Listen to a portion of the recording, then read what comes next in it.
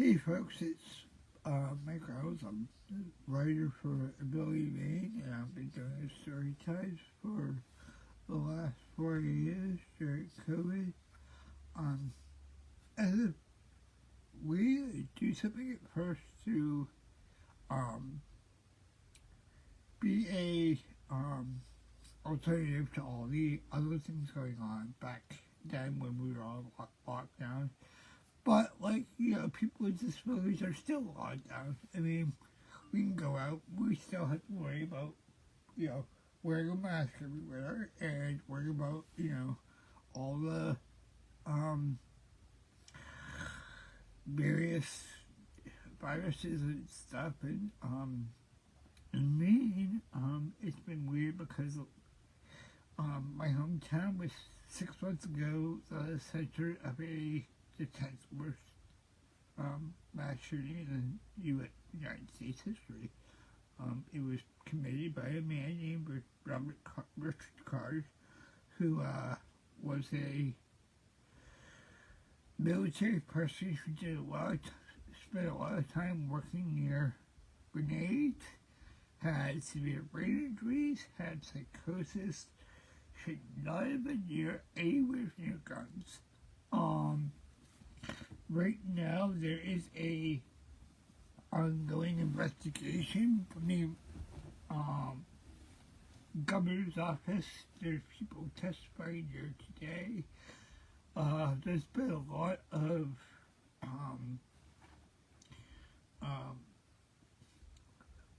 news in the last week about this.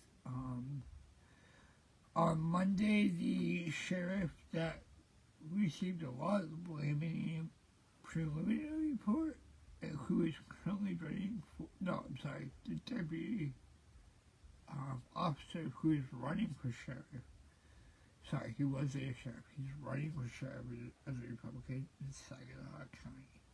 Had his name with me. He gave an interview to the Portland Press. He was unable to get a hold of Carr. He was unable to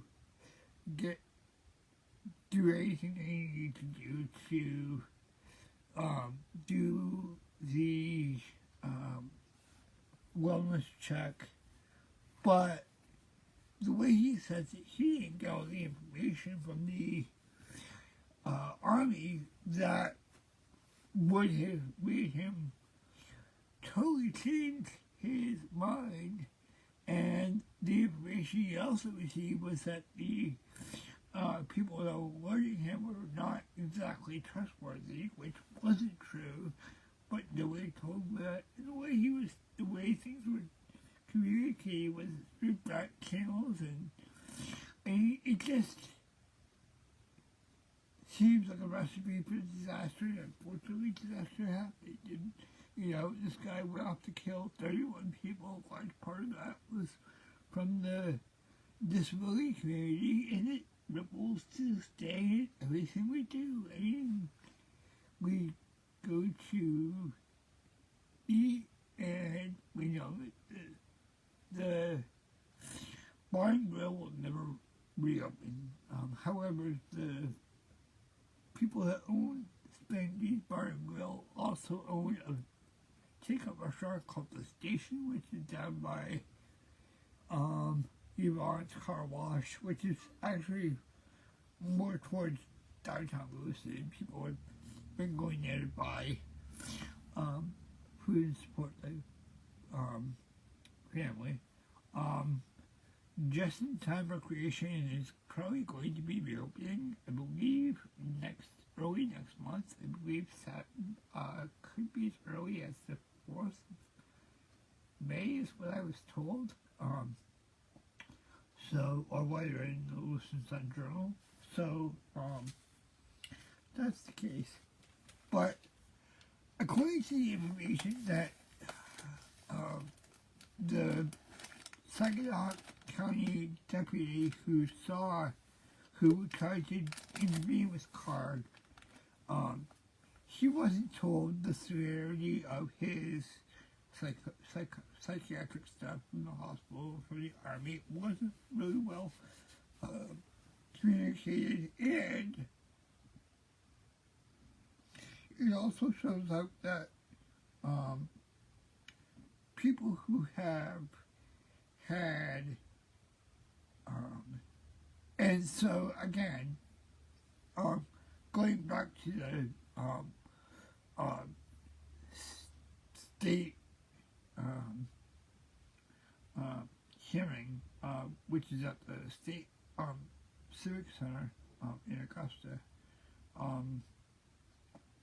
It's available by Zoom link, but I can't watch it because it's just way too um, troubling and stressful. So just not my thing. And I'm getting, there's so much a lot of reports in Maine that you're not going to listen to it because people will tell you what's going on. So with that, there seems to be a real breakdown between this and that, and that would have caused that. And fortunately, a stronger yellow law was signed into law this week. I believe it was like Tuesday or Wednesday. The budget was signed. There was some veto. Governor Mills vetoed the minimum wage law for farmers, which is sad because she's never worked minimum wage in her life. And she's never worked in farming for her life. But hey, I guess if you're a farmer and you want to work for minimum wage, governor doesn't care if you're for minimum wage because apparently that doesn't matter. Hopefully apparently there was something about it in terms of a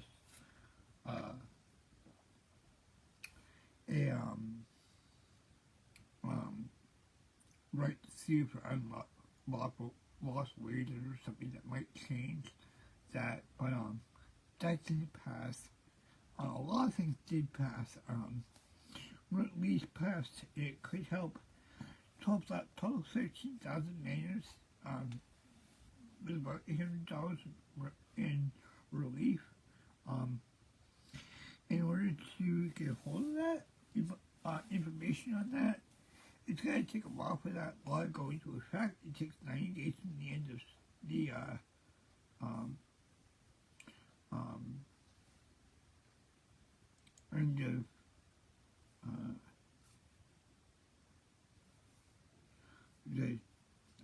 term.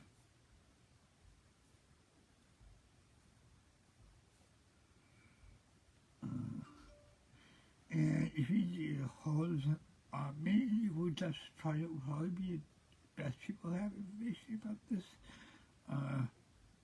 And their number is 207-626-7058, medjp.org.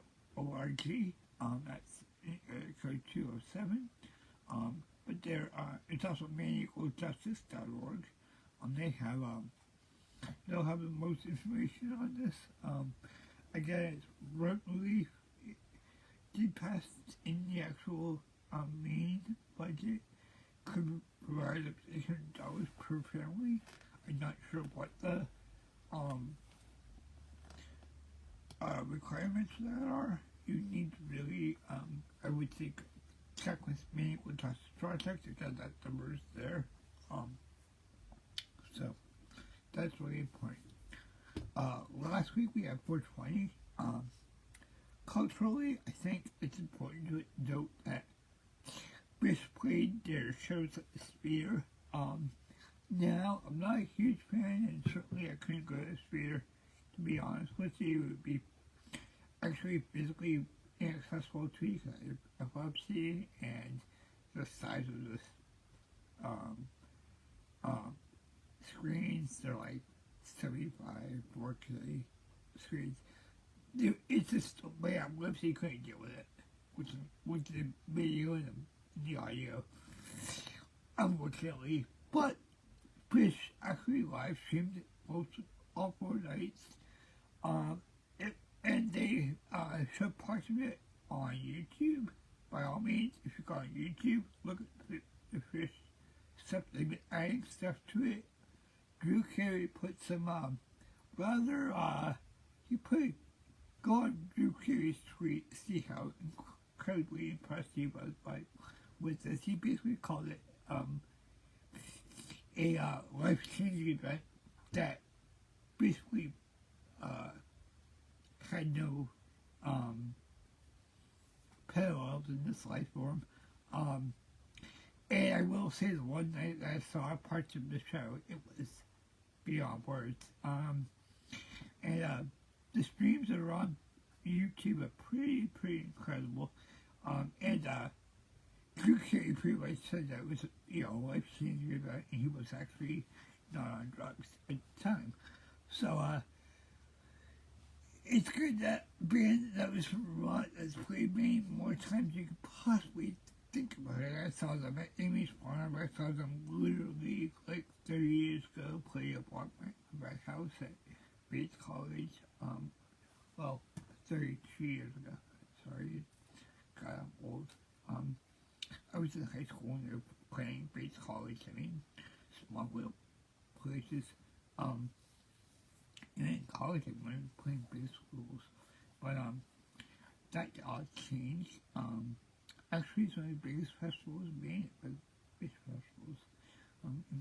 They were some of the biggest festivals that were actually the festivals that Fish brought up. Lemon Wheel was a great one. So, maybe, I don't remember.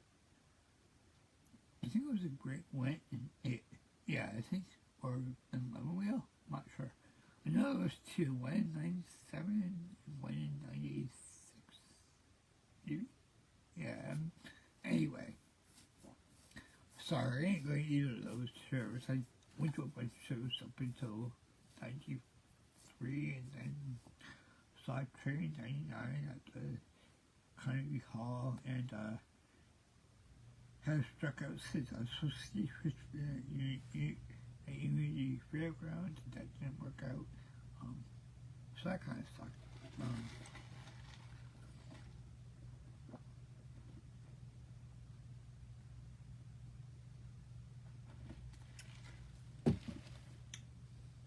Thank you for bearing with me. Additionally, Social Security has released two rulings within the past relatively few weeks. So Social Security itself releases a number of different types of Social Security payments. There's Social Security Supplemental Security Income, which is SSI. There's Social Security Disability Income, which is for people who have worked part of their lives, who have attained the credits and money to receive disability benefits, who have and who have worked enough credit hours to get or enough quarters, I should say, not credit hours, quarters, to receive disability benefits. And this is all really bizarre because there's also retirement benefits, there's also survivors benefits, there's also widows benefits, there's also a host of other benefits. So, and depending on which state, sometimes, like, I guess SSI, in some states can't,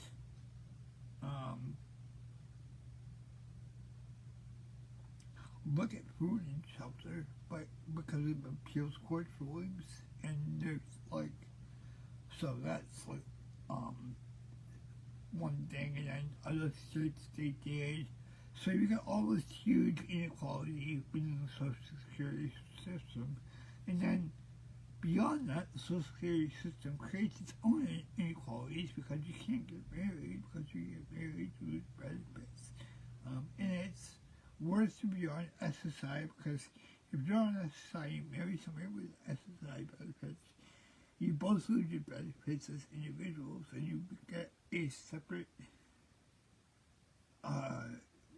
joint SSI, which is lower than some people's individual SSDI, and it's just basically it's just the most classic, toxic, ridiculous way of looking at how to keep a person alive.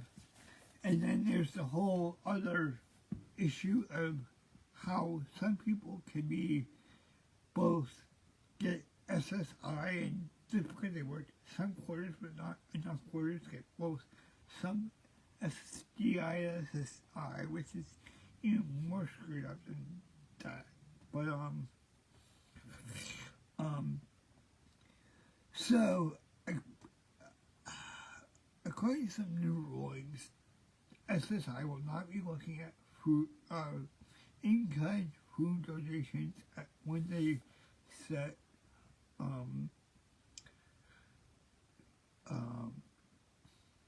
up the amount people get per month. Additionally, which is another huge point, is that they're not going to make people who pay less than market rate on housing. And this is important because it's a lot more people with disabilities than one would think don't pay market rate, because market rate is now so high because of COVID, because of the whole housing problem, because of homelessness, that, you know, having to pay market rate would be, again, akin to creating more homelessness issues.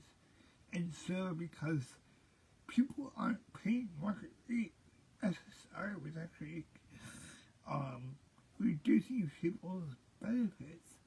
But if you receive other forms of the same Social Security, but like SSDI, they're good because it's not something that's need-based, it's based on how many quarters you work. It's completely ableist, ridiculous. It makes no sense. The people who work there say to have a hard time understanding the problems it causes. Believe me, I've talked to people who work there. I've dealt with this since I was 13 and I'm 50 now. I got Social Security through the Katie Beckett Supreme Court ruling, and I will probably be on it for the rest of my life. And I was stuck with the income limitations, the fact that I can't own a house, the fact that I gotta make here, and for the rest of my life. And that's fine, because at least it keeps me healthy and peace with my health, and I can survive, and I can do things like work part-time and do this job, and exist. And that's great. I just feel really bad for the people who didn't have the ability to work, but didn't have the people who could guide them through and give them the skills to either get the skills to be employed or be able to work in a actual competitive job field. And I think, again, capitalism is messed up, and I don't think that it's helpful for people with disabilities to have to necessarily work in a capitalist society. But we do what we have to survive, and we do what we have to when we do what's best for us, given the time and the, what we knew at the time and what was available at the time. Certainly in 1998, what was available was not available in 2024. And a much happier person, much older person with much more better skills and knowledge and understanding and interest in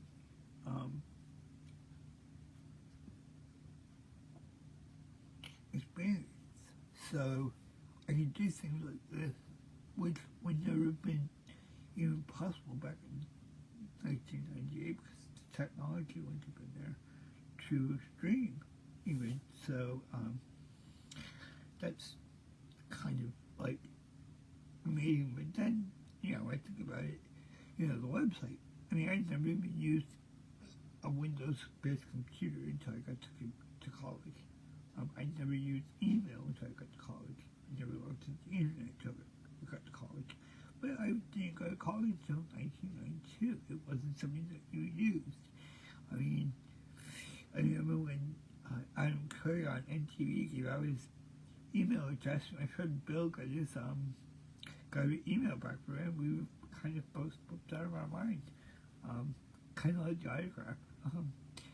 But hey, I mean, I've gotten, Mike Reynolds, and I've actually gotten Peter Hook of Jordan Vision to reply to me on Reddit sites, so that's kind of cool too. And it just makes your life,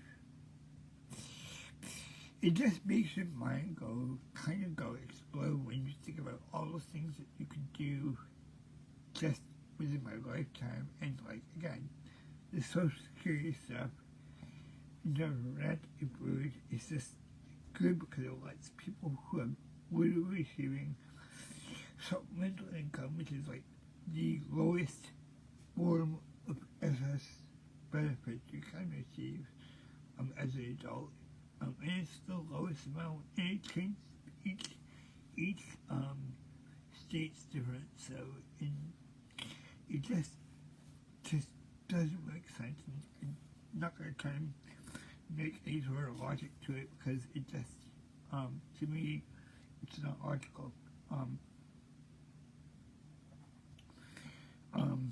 Medical debt also has been a major issue that was tackled in the budget. There were some major laws around Maine's medical debt. People have been going for 17 years. Debts that are 17 years old. A lot of things are around that have been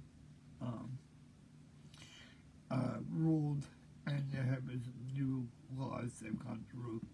So again, I believe Maine Equal Justice Partners has been working on the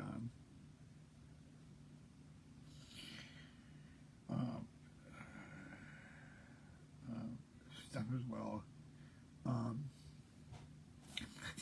And in this country,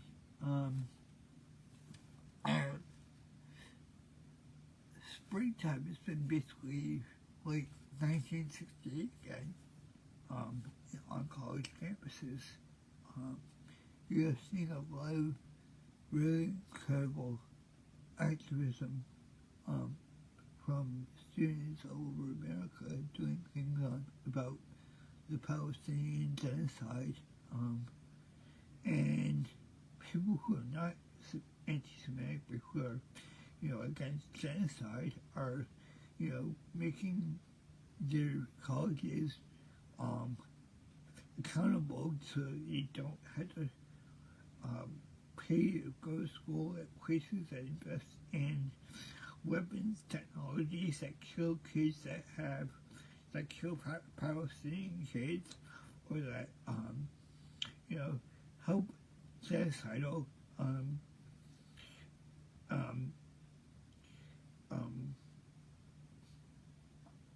things take place. And I think that it's a good thing that colleges are being challenged.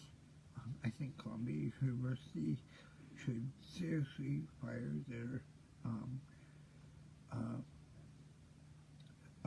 president, because hey, it's good for Harvard, it's good for Columbia. Columbia did a lot worse than Harvard did. You don't like give your kids, you don't give your students 15 minutes to move out and then expel them because they're doing political speech, and then hire the guys to make these other people feel uncomfortable. That's what college is about. It's about making you feel uncomfortable. It really is. It's about making them feel uncomfortable. And believe me, I've had that issue. I was an honors student. I almost quit school and quit honors because of the class. It wasn't a protest like this. I think this was 30 years ago, way before this was an issue. I won't go into it, but I mean, it's just we're looking at a new wave. Hopefully it's a good wave. Hopefully it shows that the Gen Z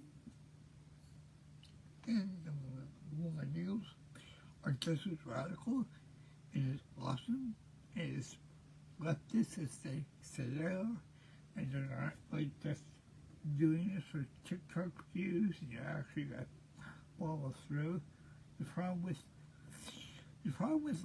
the progressive left is that there's no real follow through. Right now it seems like, liberals are all sitting there, all clutching their pearls because they're all like worried that, radical students on campus are actually thinking to themselves rather than letting white liberal elite people who, have privilege and don't have to worry about that. They're not letting them run the show. And so that's a good thing. And I mean, we all have privilege. We all just took our privilege. But I think it's really strong that when you see countless universities and democracy now doing huge amounts of coverage on them and doing huge amounts of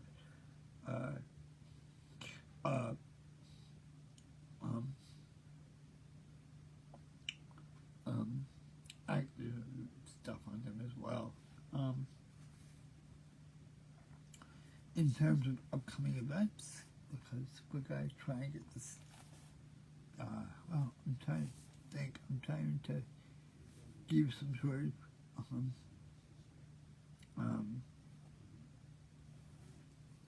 things with this. I guess Alice Wong's coming out with a new book called Disabled Intimacy.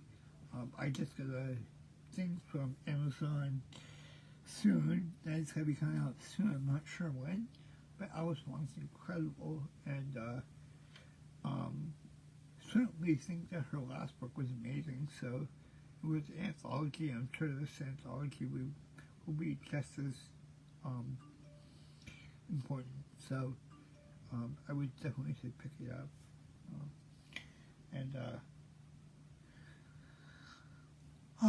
On May 5th, the Stories for Change Project, which is a project of the Audubon Society, and I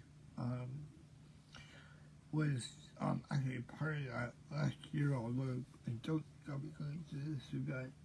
They're doing an event in Waldo County on May 5th, 1 and 4 p.m., where people will be speaking their storytelling, and it looks to be a great event. I know there will be other people there. My co-worker also was involved. I know they will be giving away a pamphlet or a book, and that a story that I shared will be part of that. It looks to be very awesome. Looks to be a great event. I just don't think I'll be able to make it. For other events, there is a training, or there was a training on person-centered planning in Bangor. I believe it's on May 21st. Hold on, I can get this information.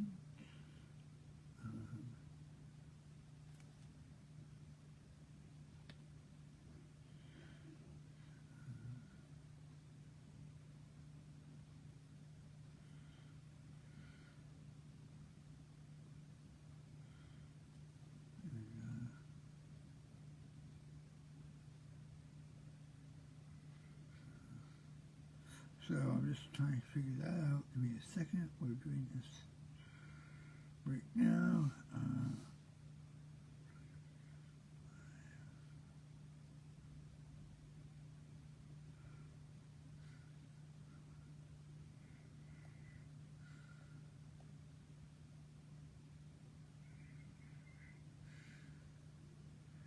and I can't get to it.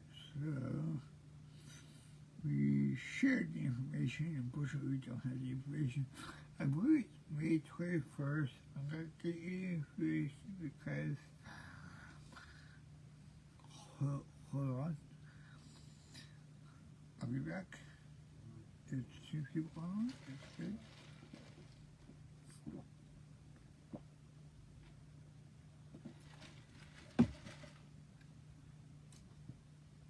So, it will be, I'll get you more information. I posted it, but it's a event that's being hosted by Disability Rights Maine.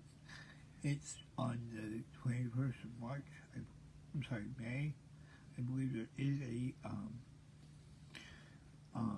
stipend for people who go to the training of $150. I'll have to give you some more information. We did share the information. Somehow it was not available or pulled from Facebook, so we need to figure out what's up with that. And I'm trying to figure out any more information I can think of. I can't right now. In terms of other news and things I can think of, I really can't think of that right now.